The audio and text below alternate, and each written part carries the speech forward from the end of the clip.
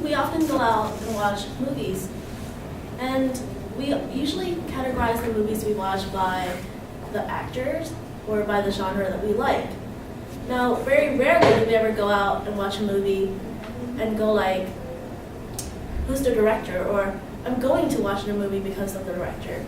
And it takes a lot of time and accomplishments for any director to be recognized.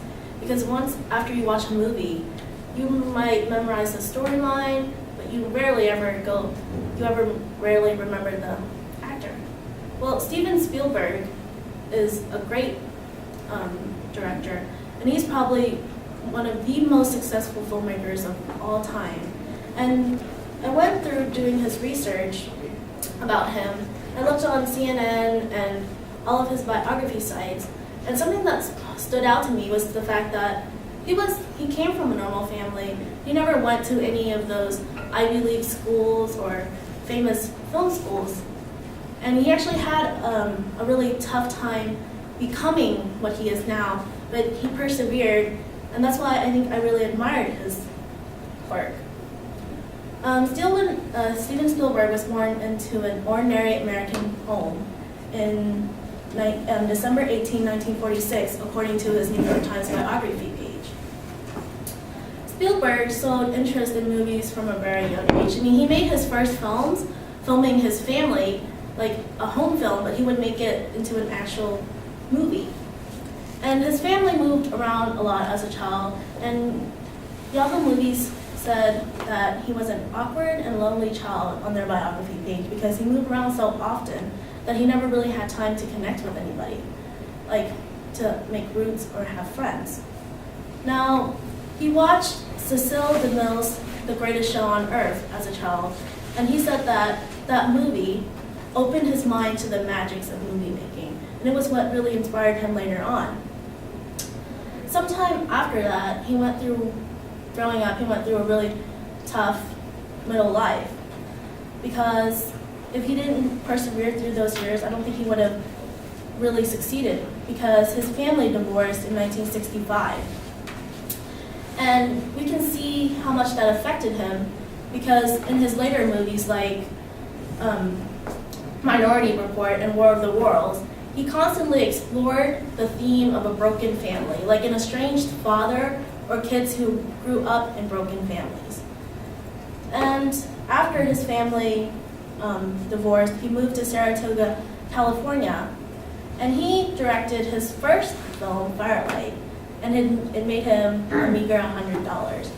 But he kept going on with it, and he did apply to USC Film Schools, the University of Southern California, twice, but was rejected, according to a CNN fact book in 2013.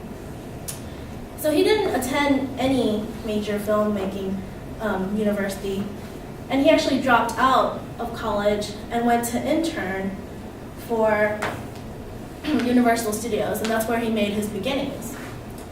So 5 years after dropping out of college, at 22 years old, he made his first short film, Amblin, and this is later on, he made it his name for his production company, Amblin Productions. It's a very successful producing. 5 years later after that, he makes his first theatrical film, Sugarland Express. And then 1 year later, he had a breakthrough express with his movie Jaws, and it was the most, it was a huge hit critically.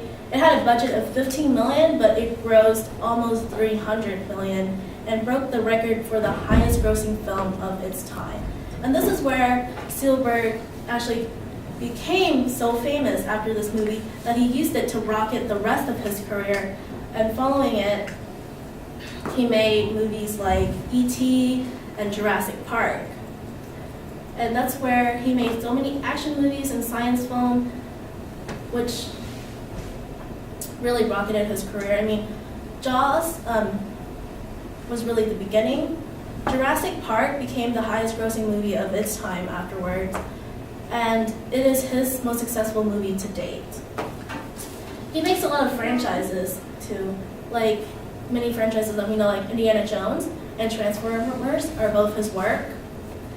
CNN Library lists so many of Spielberg's achievements. Like, he has so many awards. He's been nominated for 123 Academy Awards, 54 Golden Globes, and 62 BAFTA Awards. And he is really the highest grossing filmmaker of all time. He's made so much money. $3.2 billion is his net worth, and he's won 3 Oscar Academy Awards for directing. 2 came from Schindler's List in 1993, and 1 from his movie Saving Private Ryan. And we need to note that these aren't any of his commercially successful films. These are films that are historical fiction, or like Saving Private Ryan. It was more about the Army and more serious subjects. So he didn't really make these films for them to be a critical success. So to top it off, Spielberg wasn't really anything that was from a normal family. And he still made his name, and that's why I think he inspires all of us to become greater.